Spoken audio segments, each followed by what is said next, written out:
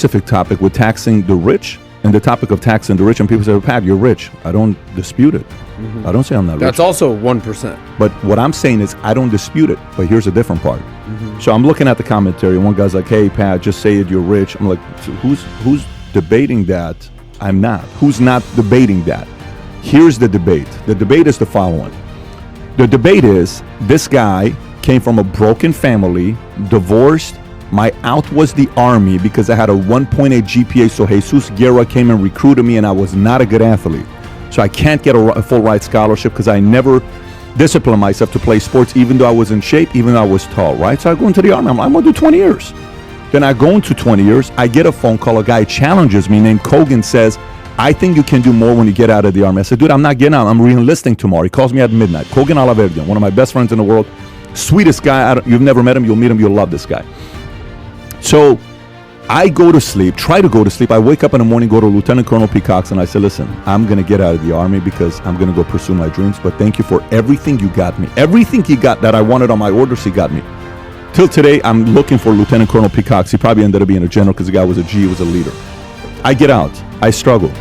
First business, fails. Second business, fails. I tried a personal profit portal, internet, fails. All these things I do fails. I'm working at Bally's. I quit my job to try to do a business. I'm in debt $49,000. I go back to recruiting to say, if I go back into the Army, what would I get? Negotiations come in because there's a part of it that can pay off your debt if you sign in for 6-8 years. I'm like, that's great. I'll go back into the Army. Then I get this one message saying, hang in there, see what happens. A little bit longer, hang in there. A little bit longer, hang in there. A little bit longer, I hang in there. I applied to get a job at Morgan Stanley Deanwood. I applied 100 different places. I was hustling to get a resume in. I eventually got the job. They offered me 3 jobs. I went in without a 4-year degree, 2-year degree. I hadn't taken a test for 3 years because 4 years I've gone out. I don't know what it is to take a test for 4 years, right? My brain's not been working with tests. My brain's been working with push-ups, pull-ups, all that stuff. I go take the Series 7 exam. I'm studying day and night. I don't know if I'm going to pass this. I'm taking a test. I press that button. You don't know what's going to happen. Morgan fires you if you don't pass the test. And when I'm pressing it, I said, if I fail, I'm re-enlisting to the Army today. I swear to God.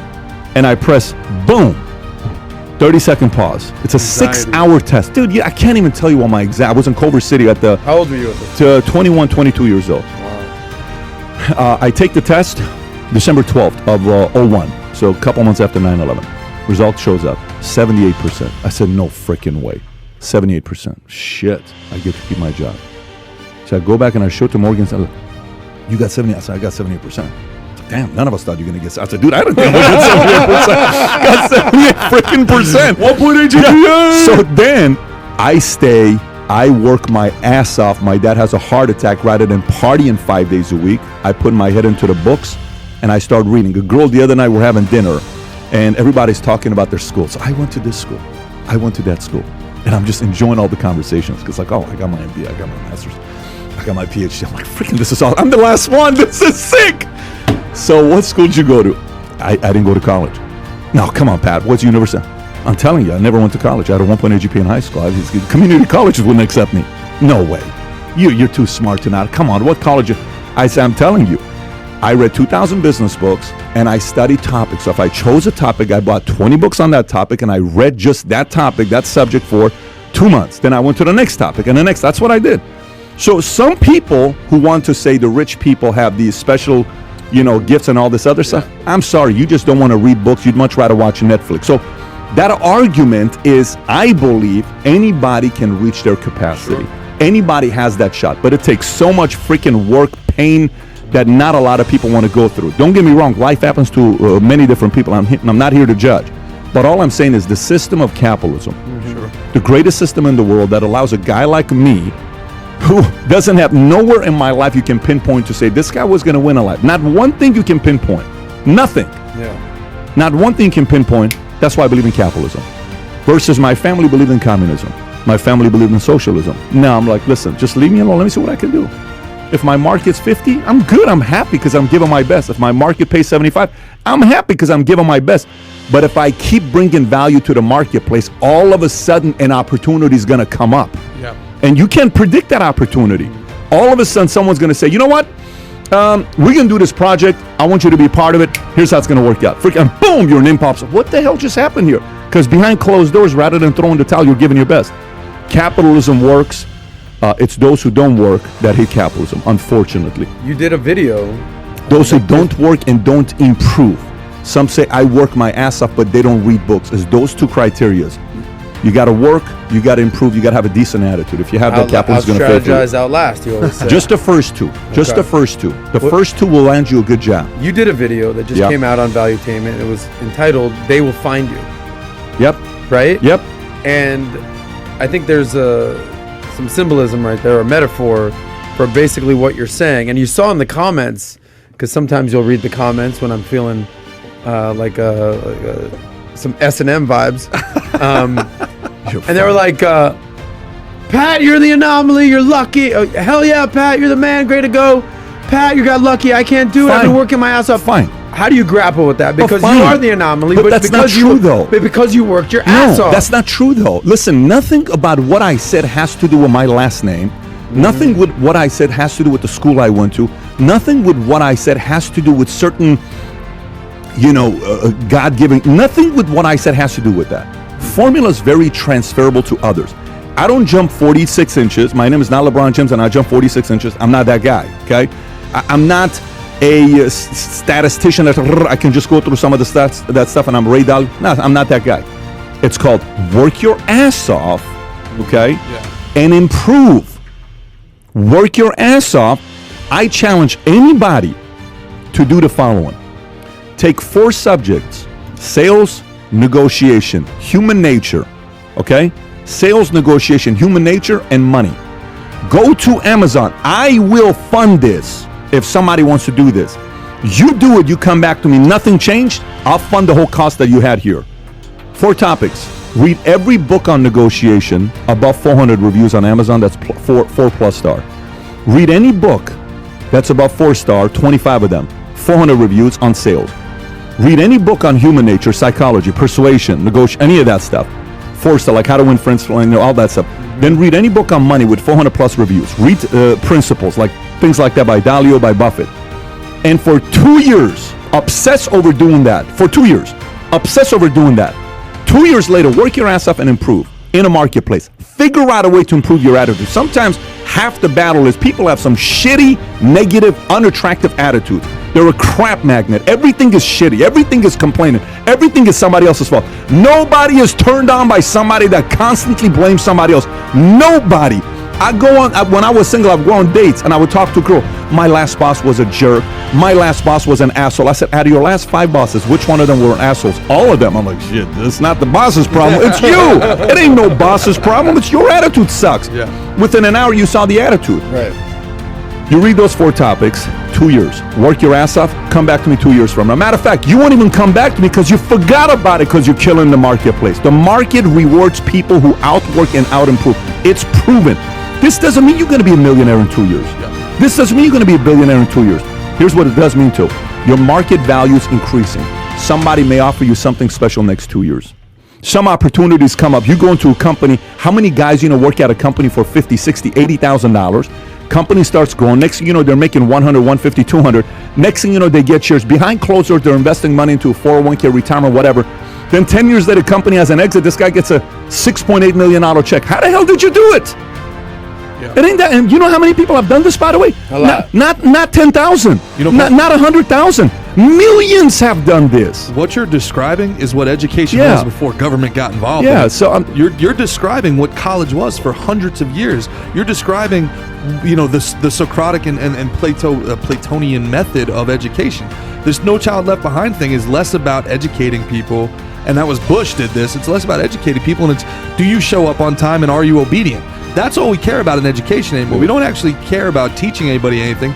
This is why Jeff Bezos wants all of his employees to go to college. Do you show up on time? Are you obedient? Then you will graduate. Then you will move on to another school where you can, as long as you pay money and you show up on time and you're obedient, you'll get your certificate that says I'm now allowed to earn money when you're $100,000 in debt.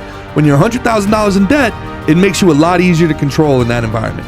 You can't go out and take the risk that you took when you're $100,000 in I was debt. $49,000 in debt. Well, you're also an alpha. You're a hunter. There's a hunter-gatherer issue here. You know, and listen, we got a show coming up where there's a big conversation between the difference between a gangster and a racketeer. Yeah. And a gangster can be a racketeer, but a racketeer can't be a gangster. That's the debate. I think hunters can be gatherers. I don't know if gatherers can be hunters. Then Thomas Sowell, I think, said it best. I don't disagree, but I will tell you something. I will tell you something in that part. Here's the other part. You ready? Okay. Do you judge somebody by their friends? I do, yeah. Okay. Yeah. How do you judge a guy who's got a girl? How do you judge him? Or a gal that's got a guy? Like, let's just say girl married up or a guy married up. What do you say about that guy or that gal? Must be something about him I don't know. You're just gonna be like, you know what? Good for him. That's what I say. Legit. You're a good salesperson. Good for you. Whatever you did, and you keep him because you know how sometimes, you know, a woman marries up but they can't keep the guy, and sometimes a man marries up but he can't keep her. The challenge is also keeping. It's not about a 1 year, 2 year, 3 year thing. We're very quick to always blame the guy, but it's both people's It's not jobs. about getting, it's about keeping. It's about keeping. Anybody can get. Who hasn't gotten somebody, but can you keep them, right? That's the name of It's the like game. in Seinfeld. Anyone can take the reservation, but can you hold the reservation? True. Philosophy. You have to go that angle. But so going back to it. Going back to it. Here's what I would tell you. Going back to it. You know what I will say? This is what I will say. If you're a hunter, gatherer, whatever you may be, you're a hunter, you're a gatherer, whoever you may be, it's your job, if you're a gatherer, to team up with a hunter. And if you're a hunter, it's your job to find the right supporters. I'm not sitting here saying everybody is the same. Are you kidding me? No, I'm not saying everybody's an alpha. Not at all.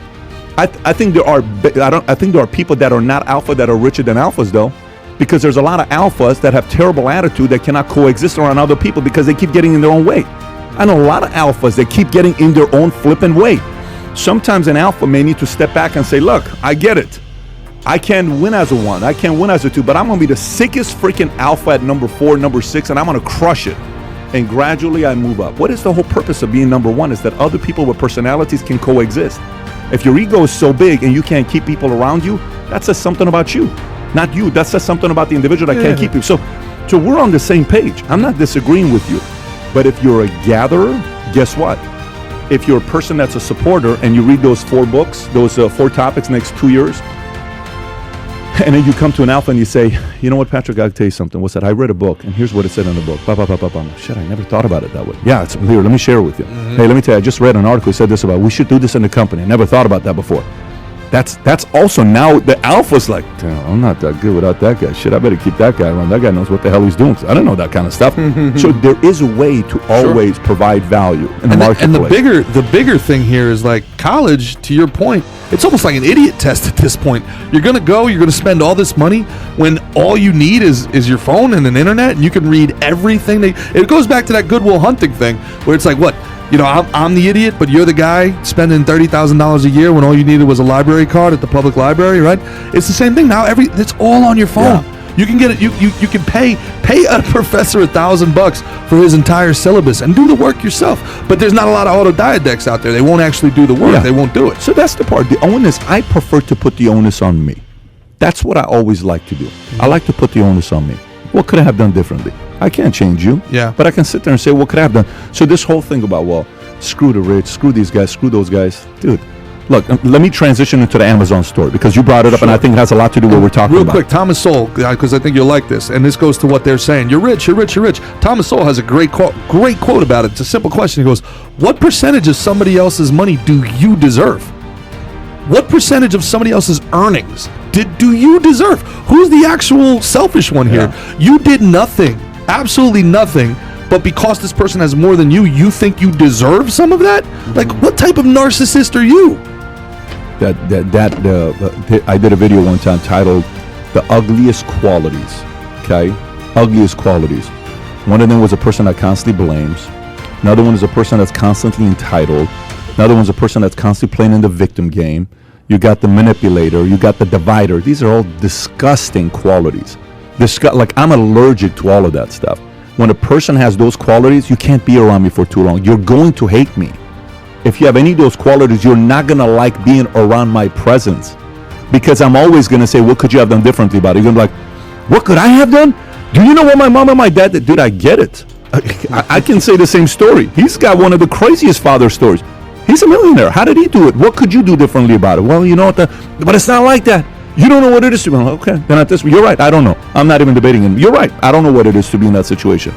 I don't know anything about that stuff. Anyways, let me go to this. Basically, what you're saying, to put a bow on that, is it's so freaking easy to come up with an excuse. It's so much harder to look in the mirror and be like, dude, get it to fucking together. Like, it's on you at the end of the day. And is it's what you're even saying. easier when you have celebrities and politicians and people that are supposed to be our leaders being like, you know what? You're right. You're right. It is an evil system, and the rich are Rub terrible. their hands. Oh, you're so they're edifying and codifying these people that are having these moments of vulnerability. People are going to stand up, though. People are going to stand up. People have to start standing up right now. And I'm not talking about in an asshole way. You don't need to be an asshole to stand up.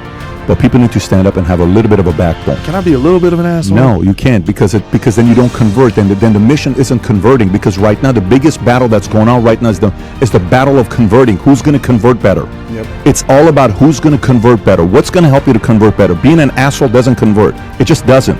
You can be the smartest asshole in the world.